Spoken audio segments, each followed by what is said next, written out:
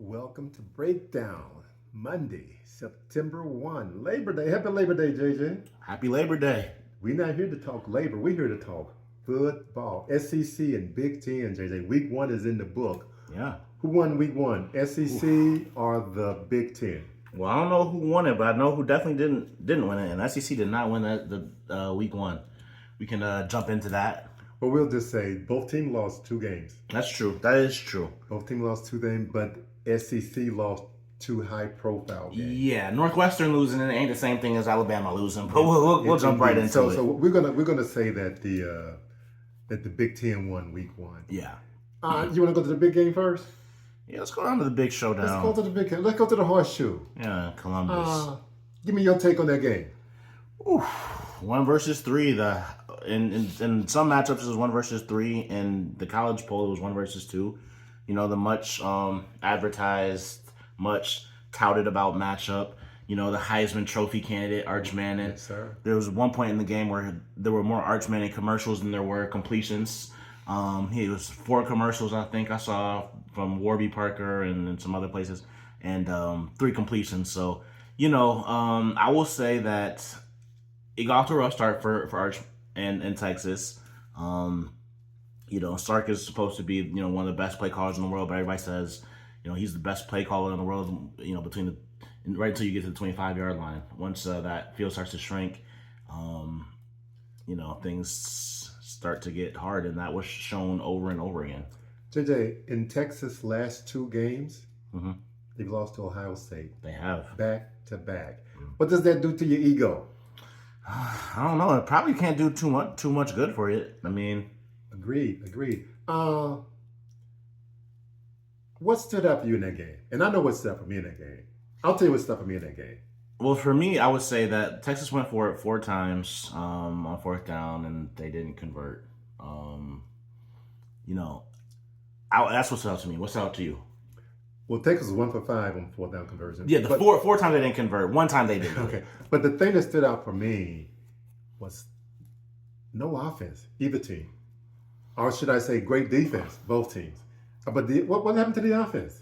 Low column A, low column B. I think, you know, both teams were breaking in new quarterbacks, new starters. Julian Sayin was getting his first Texas start. really breaking in a new quarterback? They absolutely were breaking in a new quarterback. Okay. I mean, he had gotten some starts when Quinn Ewers was hurt last year. Arch Manning did, but this was the first time he went into the season preparing as a starter. You know, the entire offseason. This is the first time it was his team. Okay, I'm sorry. Go ahead. And it was a different environment than the starts that he had had previously. I don't think he's not going to see a back 7 like Ohio State, no matter who he goes up against, until he plays Ohio State again. It doesn't matter in SEC. Like he'll face better defensive fronts, but he won't face the better defensive backfields. Do you think the crowd got to Arch Manning? I don't think it helped. You know, I think there was a lot of things that contributed. But you know, I think the crowd definitely was a factor. His accuracy was bad. I Yeah. mean, I can't sugarcoat it. He just he threw some bad passes. Is he a better quarterback than that? Or was he just nervous? Or was that the true Arch Manning? You know, I don't know. People compare him a lot to different QBs. I've heard people compare him to Cam Newton. You know, I've seen, you know, just as a 6'4" quarterback, people say that he has 4.5 speed, which is not accurate. I mean, Cam Newton ran a 4.68 at the combine, so I don't think he has 4.5 speed. I think people are prone to hyperbole a little bit. But you know, he's a big, strong guy. I think, you know, they went for the tush push, you know, early in the first quarter, you know, trying to emulate the Jalen Hurts type of situation. You know, well, Ohio State has defeated Texas in Dallas in the Cotton Bowl, in Columbus in the Horseshoe. If by chance they meet for a 3rd time, same result. I mean, this year in the playoff. You know, there's a whole lot of football left to be played. That's I think it's a little early for that. I will say if they meet again, I would hope for Texas' sake it wouldn't be at Ohio State's home field this time. Last year's Ohio State team beat Texas in Texas. This year's Ohio State team beat Texas in Ohio. Okay. But I think this year's Ohio State team as dynamic as they are, they needed that home crowd advantage a little bit more. Texas still had the ball down 7, driving in the fourth quarter, had the opportunity to tie. Interestingly enough, Texas outgained Ohio State 336 yards to 203 yards. Yeah. But as they say, statistics are for losers. The only statistic that really count is the score. Yeah, they did not outgain Ohio State on the scoreboard, unfortunately, for Texas. Texas, I think, their receiving core is good, but I don't think, Ryan Wingo, will have to face up, the secondary like that again. I think they'll be able to take advantage of his speed going forward. I think, Texas's running backs will I think Ohio State was a unique challenge. I think they might be the best team in the country. Well, I will say this. Talk of Arch Manning and the Heisman Trophy might be out the door. Well, they said by the end of the first quarter, he was no longer the betting favorite to win the Heisman Trophy. Will he even be in New York? It's a lot of football to be played. He didn't. There's nothing that I've seen from Arch Manning in the entirety of his career that suggests that he'll be in New York during the Heisman Trophy ceremony. So, JJ, that's Ohio State. What other games can we talk about? We'll move on. First, I want to say Texas is the first number 1 team to lose its home opener since 1990. 35 years ago. I don't know what you were doing. I was all of I can guarantee you, whoever the number 1 team was, they were not playing the number 3 team. Yeah, they probably were not. Not back in the day. They didn't do it that way. Quite a few top 10 team lost this week in week 1. Yes, 4 top 10 teams lost. 3 of them lost to other top 10 teams, but with the 4 top 10 teams losing, that was the most since the 90s, where they had that mean teams losing to open it in the week 1 of the game. So let's talk about the one team, top 10 team that did not lose to another top 10 team. That would have been a team that lost to a team that only won 2 games last year, JJ. Yeah. And that would have been the Nick Saban-less Alabama Crimson Tide. What happened? What happened to Alabama, man? As Tommy Castellano said, Nick Saban can't save you. After the game, he started selling T-shirts and merch. And he is. He's the quarterback for Florida State. Okay.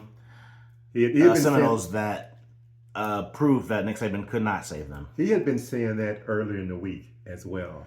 And then he proved it and started selling merch. Yes, he did. Smart businessman. Jason, what happened? Is Alabama? How they lost to Florida State badly? I mean, it wasn't even a game, really. They lost by what was it? 14 points, or was it 7 or 14 by the end? I had the score here. They might have. Final score was 31-17. So it was 14. Yeah, no, I mean that was the 4th loss Alabama has had where they were a 14-point favorite or more. Exactly.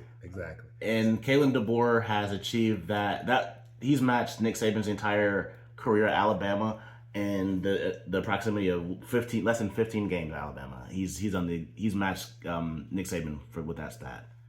So that is that's something that would have put him on the hot seat, but his buyout's in the $60 million. So does Alabama not have the personnel, or is it that they're not getting the personnel to achieve? I think it's a little column A, a little column B. In some situations the personnel was hurt. Starting running back was hurt. Starting best pass rusher was hurt. So in that respect, they didn't have the right personnel. I also don't think Ty Simpson is a world beater. He was very late. He to me he looked like he had the same issues that Jalen Milroe had last year, except he didn't have any of Jalen Milroe's elusiveness and he didn't have his arm strength. So I definitely don't think that he's the guy that's going to lead them to glory. But I think Kalen DeBoer has a lot to answer. I don't think he put his players in positions to succeed either. Is he the coach for Alabama? He wanted this job.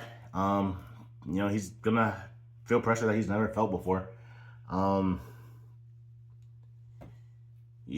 mean, it is what it is. This is unprecedented times. Let me ask you this question.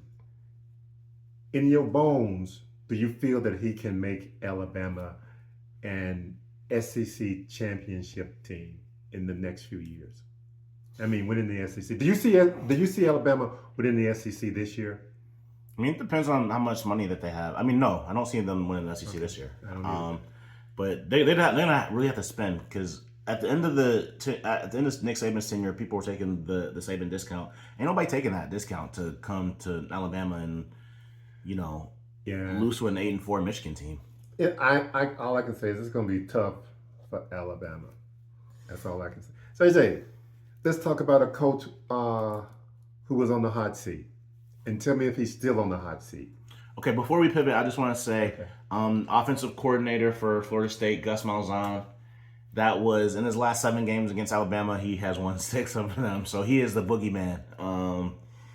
And he has Alabama's number. He certainly does. You know what? I can see. Well, no, never mind. I'll just leave it there. Yeah, offensive coordinator first year with Florida State. Maybe like the old Gus. He did. Okay, JJ, can we pivot now to Baton Rouge? Baton Rouge, LSU, the school that hasn't won a week 1 opener since 2019, since before COVID. Did they change that this year, Dad?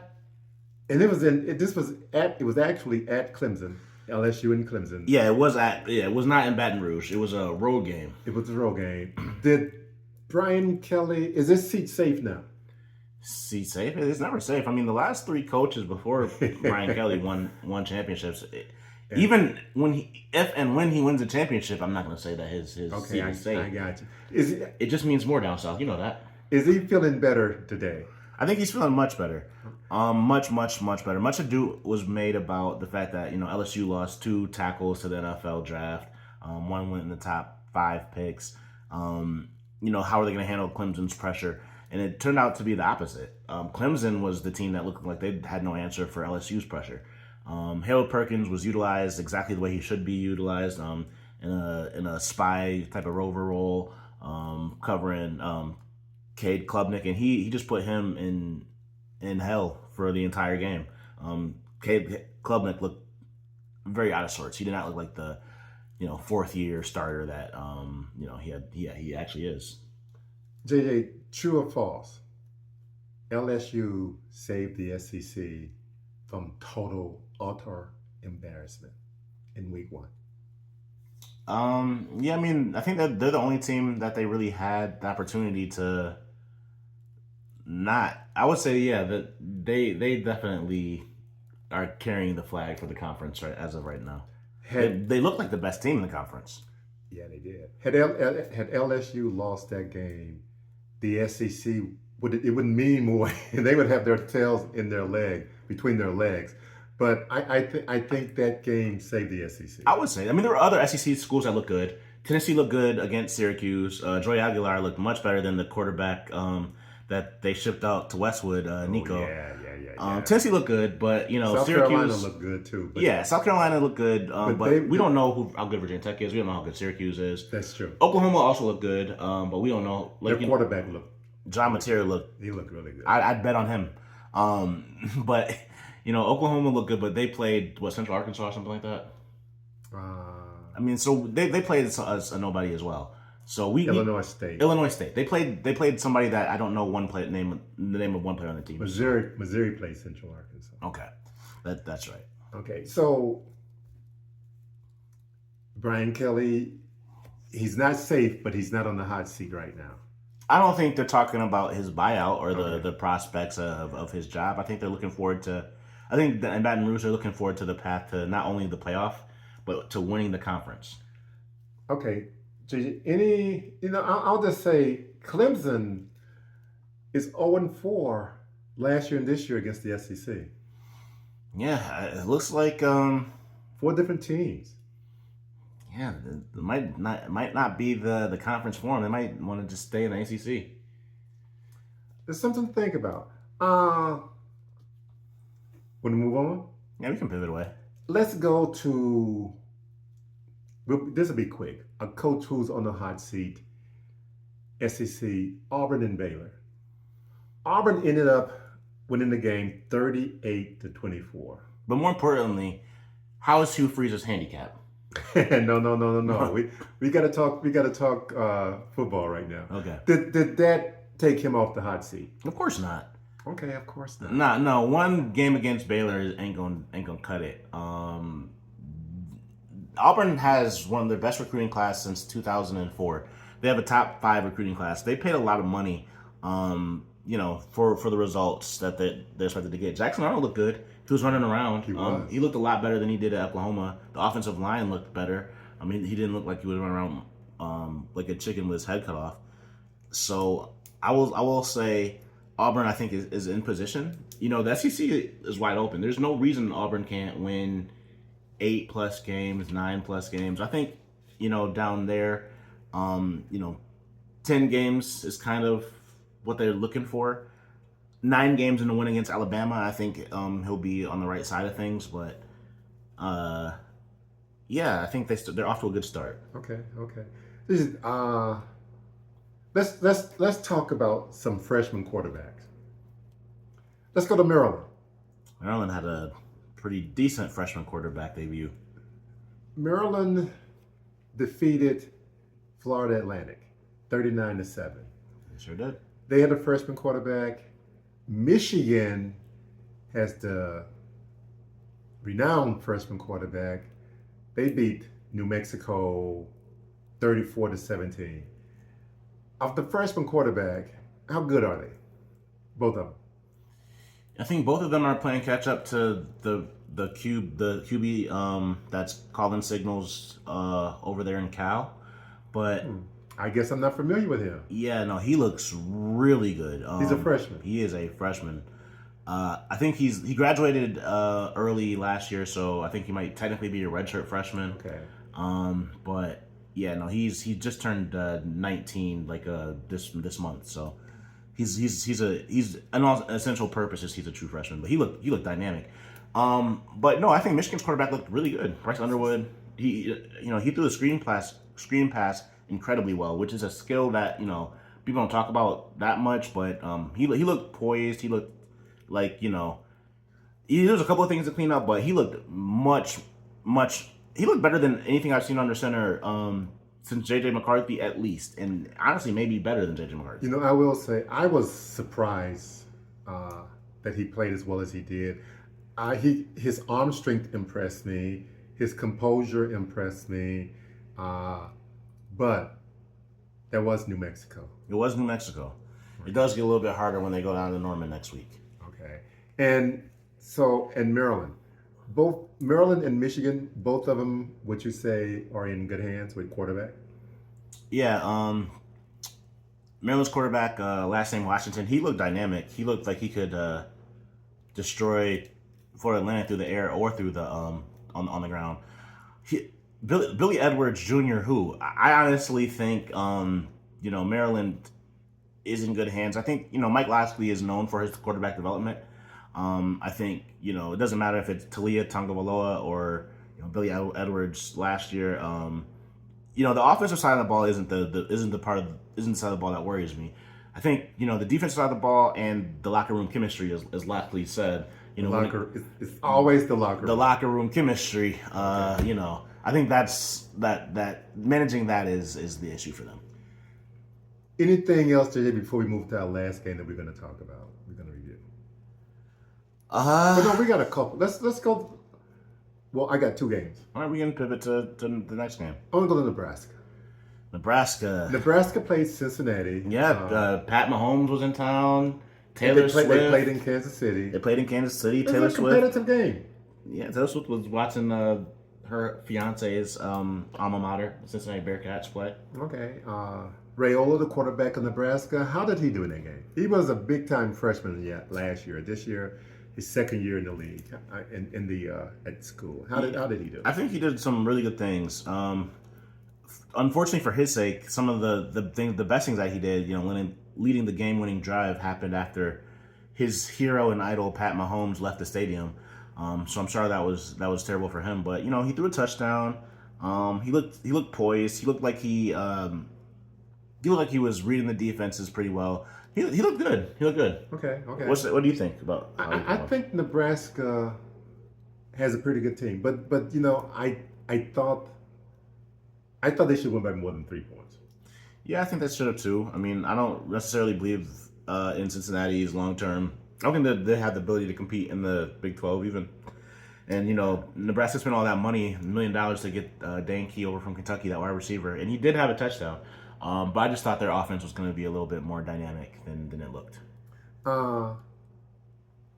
Let's go to the other game that I want to talk about. Okay, what game would that be? South Carolina and Virginia Tech. The Beamer Bowl. Beamer Bowl. Virginia Tech, Frank Beamer's son versus Frank Beamer's school. That's right. Yes, sir.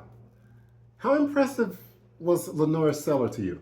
LaNorris Sellers is very impressive. I agree. He drew comparisons to Josh Allen, and you could see it. The deep ball to Nyck Harbor on the touchdown. He that looked effortless. There was a play where he got out to the perimeter and looked like he was going to get tackled for a loss. Sack. He just shrugged off one defender. Previously, before that, in that same play in the pocket, he looked like he was going to get sacked, and he shrugged off that defender. On his way to pick him up a first down. He just, he's Clark Kent on the sidelines with his glasses, and then he takes off his glasses, puts his cape on, and he looks like Superman. Yeah, last year he wore contacts. This year he said he was going to glasses. Maybe Clark Kent can find a phone booth during a game to put on his Superman uniform. I'm impressed by them. I think while the Big Ten won week 1, I think SEC is very competitive. I think from top to bottom, I'm still going to give the edge to the SEC easily. But on the top, Ohio State just killing SEC teams. They beat Texas twice. They beat Tennessee last year. If you put anybody in front of them, Ohio State is a SEC killer. I don't know if other teams can do that. We're going to see if Penn State's going to be able to do that, or Oregon will be able to do that as the season progresses. Yeah, so to me, I think the Big Ten vastly outshone the SEC. From top to bottom, I think the Big Ten looked a lot better. Whoa. Yeah, I was expecting just better quarterback play, I think. But we shall see. Florida, I didn't watch much of Florida, and I really, really like Florida. I think that they could have a Heisman Trophy winner in DJ Lagway if he can stay healthy. They didn't play anybody. They played Long Island. Is that a drink? It is a drink. A nice tea? It's a nice tea. It's apparently a school that has a football team. I would have never known that. Yeah. I would have bet money that there was no such a school. Yeah. So, my point is, it's week 1. There's a lot of football left to play. You don't want to overreact based on 1 week. This time last year, I don't think we would have had. Maybe we would have had Ohio State and Notre Dame. I can't remember when Notre Dame lost to Northern Illinois, but it wasn't week 1. It was not. But my point is, there's a lot of season left to be played, and it's back. College football is back. It is back. Thank you. JJ, as we get out of here, though, I want you to tell me what player among the SEC and Big Ten who would be your player of the week for week 1. SEC and Big Ten player of the week. Yes, sir. That is a good question.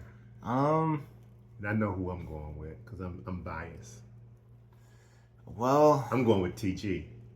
I had a feeling you'd go with the guy that tied the record for most touchdown passes thrown in the history of Arkansas. I had a feeling you might go that direction.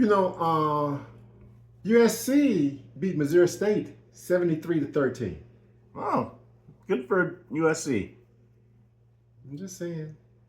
Taylen Green is my pick. Threw for over 300-some yards, 6 touchdowns, played 3 quarters. That's my pick. It's not a bad pick. It's not a bad pick at all. My second pick would be LaNorris Sellers. Yeah, I was going to go Nick Harbor for South Carolina. I thought he caught 2 touchdown passes. They didn't give him the first one.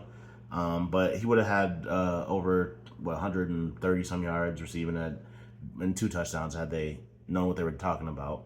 So I'm going to go Nick Harbor for South Carolina. JJ, real quick before we get out of here. Yeah.